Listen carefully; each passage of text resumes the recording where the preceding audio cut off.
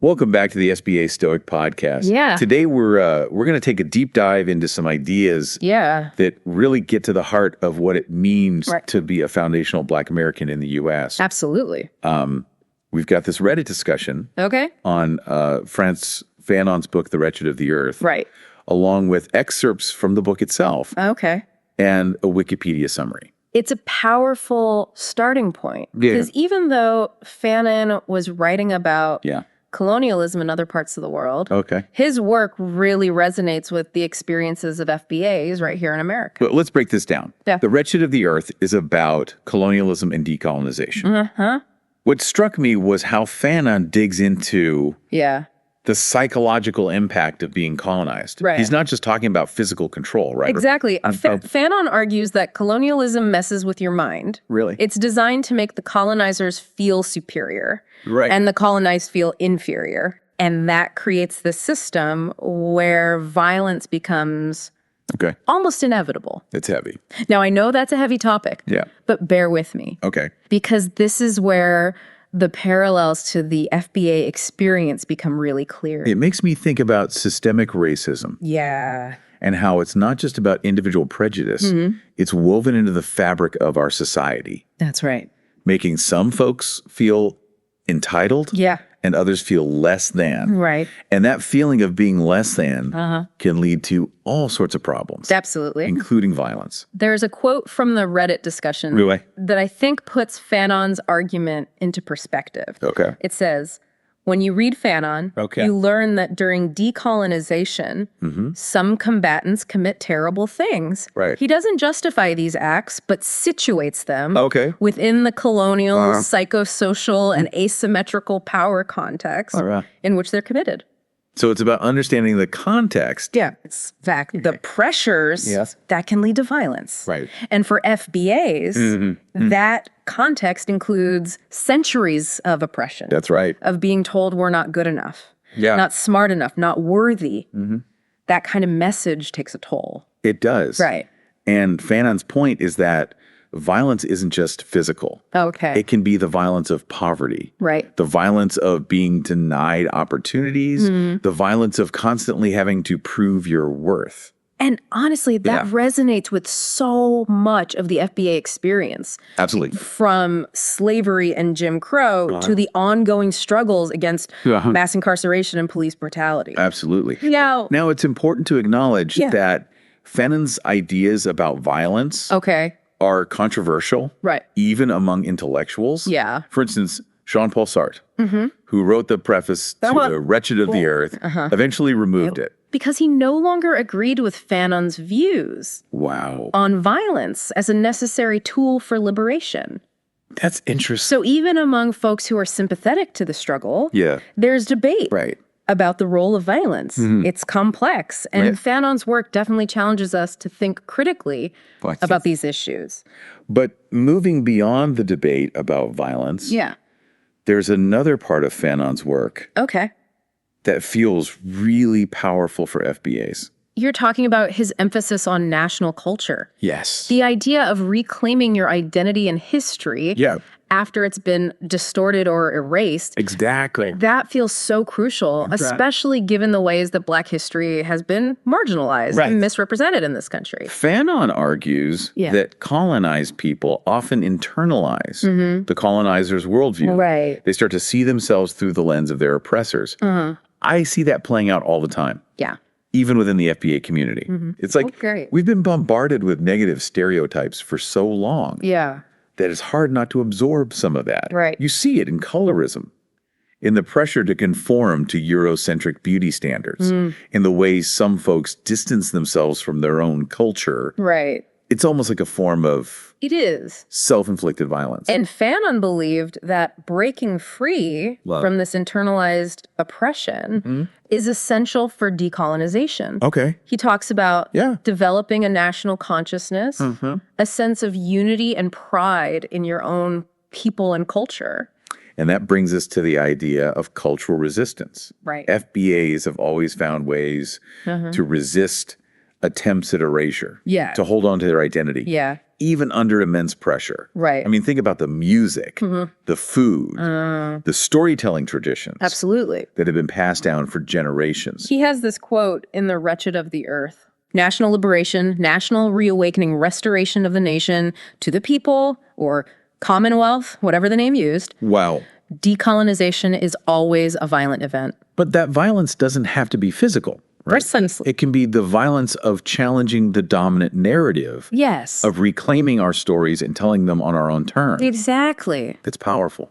He also says the need for this change exists in a raw, repressed, and reckless state in the lives and consciousness of colonized men and women. Oh, okay. That rawness, that hunger for change, that sense of being trapped. It's something that many FBAs have carried for generations. It's the fuel for the civil rights movement, for Black power, for every generation's fight. Absolutely. To make this country live up to its ideals. And for FBAs, that need for change has shown up in so many creative ways. Right. From the Harlem Renaissance to the Black arts movement, from the rise of hip hop to this current wave of Afrofuturism. Right. It's about creating spaces. That's right. Where we can celebrate our own beauty. Yeah. Our own genius, our own power. And those spaces are crucial. Yeah. Fanon would say they're not just about individual healing. Right. They're about collective liberation. Decolonization is about taking back your agency, asserting your right to define your own narrative, your own future. And that's what the FBA story is all about, isn't it? That's right. It's about constantly pushing against the limitations that have been imposed on us, about claiming our rightful place in this country and in the world. That's right. We are not wretched. No. We are resilient. Yes. We are creative. We're strong. Now, the Reddit discussion also mentions other thinkers and schools of thought that might help us understand the FBA experience. Right. Things like critical theory, Marxism, and even the work of Slavoj Žižek. Wow. So many different perspectives. Yeah. These are all different ways of looking at power, identity, and how systems work. So it's like we're expanding the conversation beyond Fanon. Exactly. Exploring different lenses. Yeah. That might help us make sense of the complexities of race, power, and identity in America. Exactly. It's fascinating. And while these frameworks can offer valuable insights, it's important to remember that no single theory can fully capture the multifaceted nature of the FBA experience. It's about taking what resonates and leaving the rest behind. Now, I know we've been focusing a lot on the struggles and challenges, but let's shift gears a bit. Because the FBA story is also a story of incredible achievements. I like that. We've made contributions that have shaped every aspect of American life. Absolutely. It's like we've taken this pain and turned it into power. Created beauty out of struggle. Right.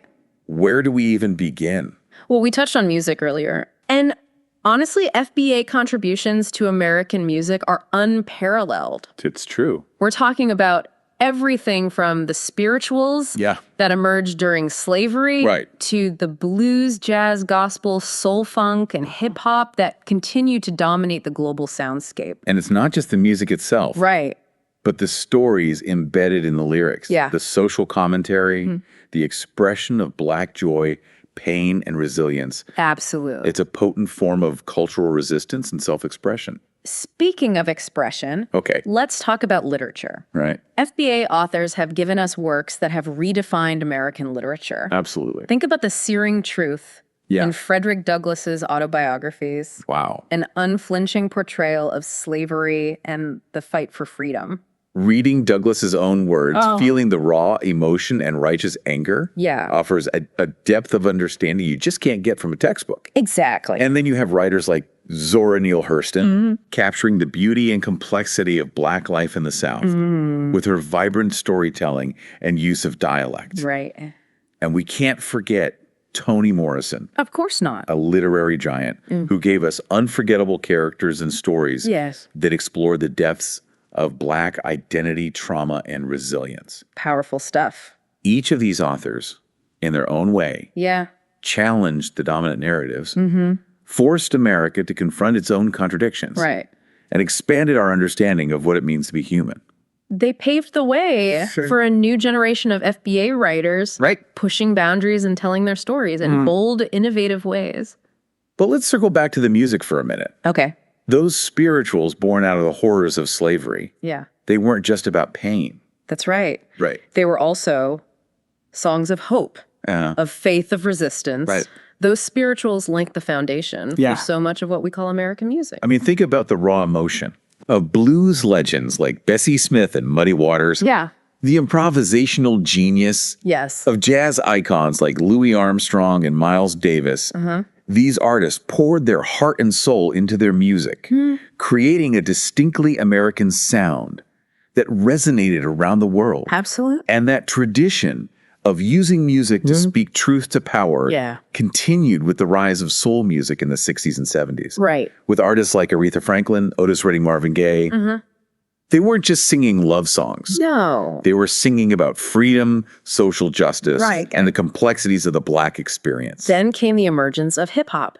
Yes. In the 80s and 90s. Right. Artists like Public Enemy, Tupac Shakur, and Lauryn Hill used their platform to challenge racism, police brutality, and systemic injustice. It's powerful. Hip-hop, just like those spirituals, gave voice to the voiceless. Yes. It provided an outlet for anger and frustration, but it also celebrated Black creativity and resilience. That's right. It's a testament to the enduring power of FBA music. It's that ability to transcend genres and generations. To speak to the human condition in a way that few other art forms can. Absolutely. Music is a constant reminder that even in the darkest of times, FBAs have always found a way to make music, to make art, to find beauty and joy in the face of adversity. Absolutely. And let's not overlook the contributions FBAs have made in the realm of science and innovation.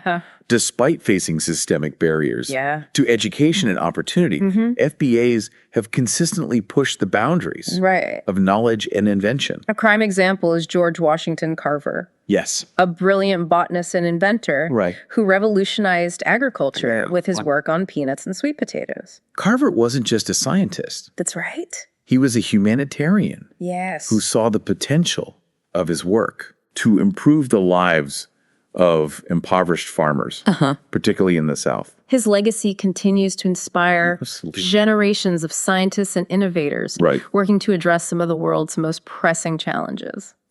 Then you have figures like Dr. Charles Drew, a pioneering surgeon who developed methods for blood storage and transfusion.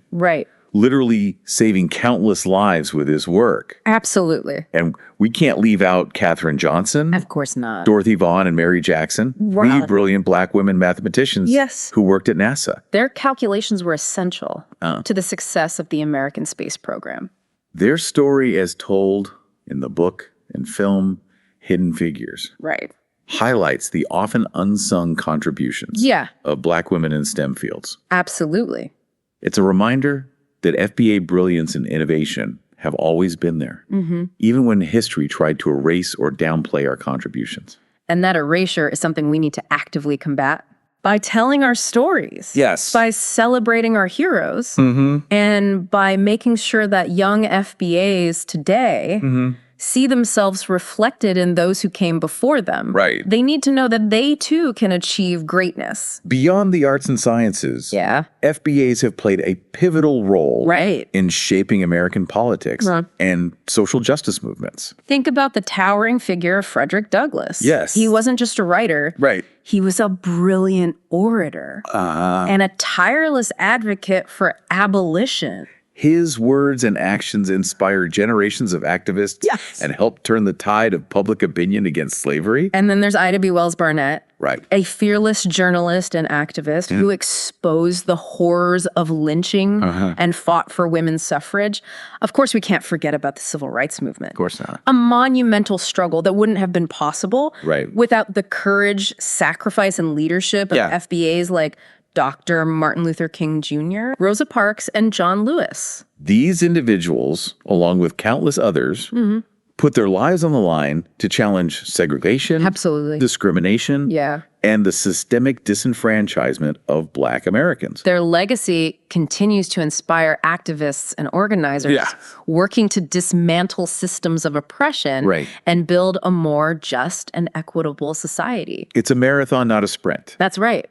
And every generation has a role to play in carrying the torch forward. And we can't overlook the political achievements of FBAs. Absolutely. We've had Shirley Chisholm, the first Black woman elected to Congress. Right. And Barack Obama, the first Black president of the United States. These milestones represent significant progress. They do. But they also remind us of how much work remains to be done to achieve true equality and representation. It's about continuing to push for policies that address systemic racism, create opportunities for FBAs to thrive, and ensure our voices are heard and our experiences are valued. It's about recognizing that the FBA story is not a monolithic one. Right. We are a diverse community. Yeah. With a wide range of experiences, perspectives, and beliefs. What unites us is our shared history. That's right. Our resilience, our unwavering commitment to justice, and our deep pride in our heritage. That pride is something we should never shy away from. Absolutely. It's not about arrogance. Right. It's about recognizing the immense contributions that FBAs have made and continue to make to this country and the world. It feels like we've traveled from these deep theoretical ideas about colonialism and Fanon's work to this incredible tapestry of FBA achievement. It is amazing. It's inspiring, but it's also a stark reminder of the challenges we still face. Right. The constant push for recognition and equality. You know what strikes me is this thread running through it all. This idea of reclaiming our narrative, defining ourselves on our own terms. Right. Fanon was talking about decolonization. Yeah. But it's so relevant to the FBA experience too. It's like we're pushing back against anyone who tries to put us in a box. Right. To limit us, to define us. Yeah. We're saying no. Right. We're more than that. We are complex. Yes. We are multifaceted. We are powerful. And that power comes from understanding our history, from honoring the sacrifices of those who came before us. Right. Carrying their legacy forward. It also means recognizing that the fight for justice and equality didn't end with the civil rights movement. That's right. It's woven into the very fabric of our lives. And one of the most powerful tools we have in that fight is our culture. Yeah. The music, the art, the literature, the storytelling. Right. These are all forms of resistance, of affirmation, of celebration. And they're also ways to connect with each other. Yes. To build community, to find strength and inspiration in our shared experiences. Remember how Fanon talked about the importance of national culture in decolonization? I think that applies here too. Right. It's about recognizing the beauty and power of our own traditions, our own ways of being in the world. And it's about sharing that beauty with the world. That's right. Not because we're trying to assimilate or conform. Right. But because we have something unique to offer. Exactly. It's like saying, this is who we are. This is what we've created. Yeah. This is what we bring to the table. And honestly, the world is richer for it. Right. The FBA experience, with all its complexities and contradictions, has shaped not just American culture, but global culture as well. Think about the global influence of jazz and blues, of hip-hop and R&B. Think about the impact Black writers, artists, and thinkers have had on movements for social justice and liberation around the world. It's powerful. It's a reminder that the FBA story is not just an American story. It's a human story. That's right. A story of resilience, yes, creativity, and an indomitable spirit that refuses to be broken. And that spirit is what will carry us forward as we continue to fight for equality, for justice, for the full realization of our potential. It's about remembering where we come from. Right. Honoring the sacrifices of those who paved the way, and never forgetting that we are worthy. Yes. We are powerful. We are. And we deserve all the good things life has to offer. As we wrap up this deep dive, I want to leave you with this thought. Right. How can we as individuals and as a community continue to build on this incredible legacy of FBA strength and resilience? Right. How can we use our voices, our talents, our resources to create a more just and equitable world for ourselves and for future generations? It's a question worth pondering. It is. A call to action. And with that, we'll bring this episode of the FBA Stoic Podcast to a close. Heart. Thank you for joining us on this journey of exploration and reflection. Keep striving. Keep creating. Yes. Keep pushing for a better tomorrow. Absolutely. And until next time. Yeah. Stay strong, stay true, stay stoic. Thank you for listening to the FBA Stoic Podcast.